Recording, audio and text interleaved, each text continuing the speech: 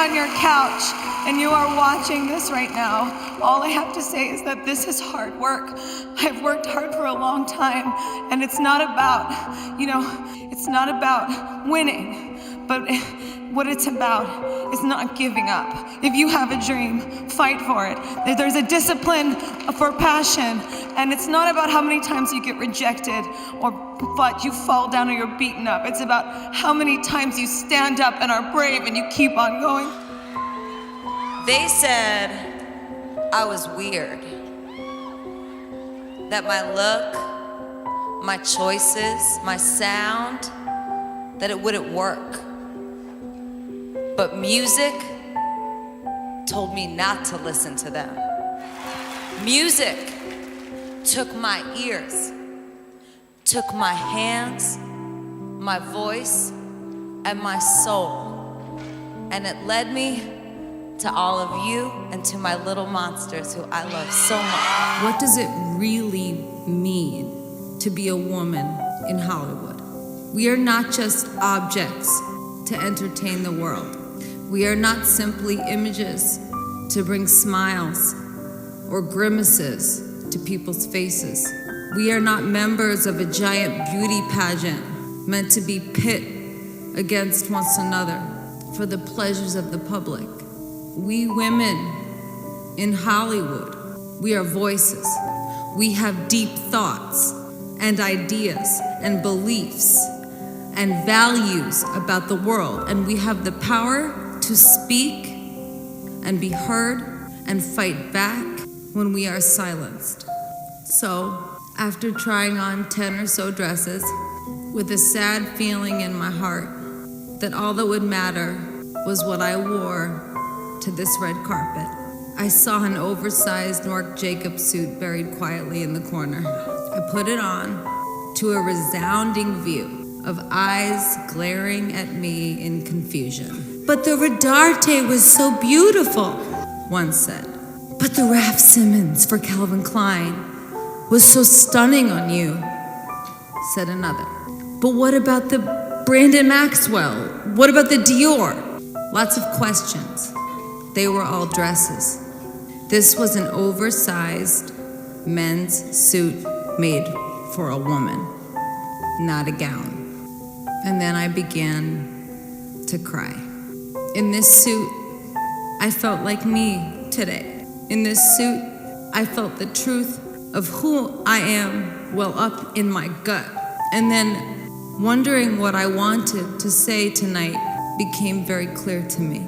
As a sexual assault survivor by someone in the entertainment industry, as a woman who is still not brave enough to say his name, as a woman who lives with chronic pain, as a woman who was conditioned at a very young age to listen to what men told me to do, I decided today I wanted to take the power back. Today I wear the pants. Today I wear the suit. In an age when I can barely watch the news, aghast at the unjust men and some women, quite frankly, that I see running this country, I had a revelation that I had to be empowered to be myself today more than ever, to resist the standards of Hollywood, whatever that means, to resist the standards of dressing to impress, but to use what really matters, my voice. After I was assaulted when I was 19, I changed forever. Part of me shut down for many years. I didn't tell anyone. I avoided it myself and felt shame even still today, standing in front of you. I feel shame for what happened to me. I still have days where I feel like it was my fault. After I shared what happened to me with very powerful men in this industry, nobody helped me. No one offered me guidance or a helping hand to lead me to a place where I felt justice. They didn't even point me in the direction of the mental health assistance I was in dire need of. Those men hid because they were afraid of losing their power. And because they hid, I began to hide. I hid for a long time until I started to feel physical pain. Then I had to go to the doctor because I didn't know what was wrong with me. And then I was diagnosed with PTSD and fibromyalgia, which many people don't think is even real, and I don't even know what the fuck to say about that. But I'll tell you what it is. It's a syndrome that is essentially a cyclone of many different conditions, depending on the person, inducing a stress-induced pain. And I really wish my friend Lena Dunham was here tonight, because I think she could probably articulate this much better than me. And I hope we can all agree that she's a remarkable woman. Depression, anxiety, eating disorders, trauma, these are just a few examples of the forces that can lead to this tornado of pain. So what I would like to say in this room of powerful women and men today is, let's work together to beckon the world towards kindness. I'm fortunate enough now to have the resources to help me, but for many, the resources either don't exist or people don't have the ability to pay for or access them. I want to see mental health become a global priority.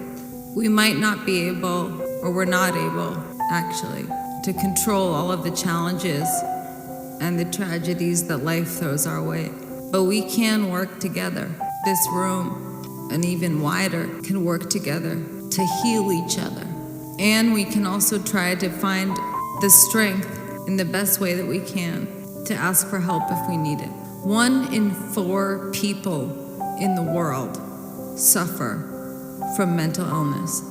300 million people suffer from depression. 60 million people live with bipolar affective disorder. 23 million people are stricken with schizophrenia, and 800,000 people die every year from suicide. In low and middle income countries, between 76 and 85% of people with mental disorders receive no treatment at all. In high income countries, between 35 and 50% of people are in the same situation. The people in this room and the people that you have in your network have the power to turn kindness into plutonium and change the world.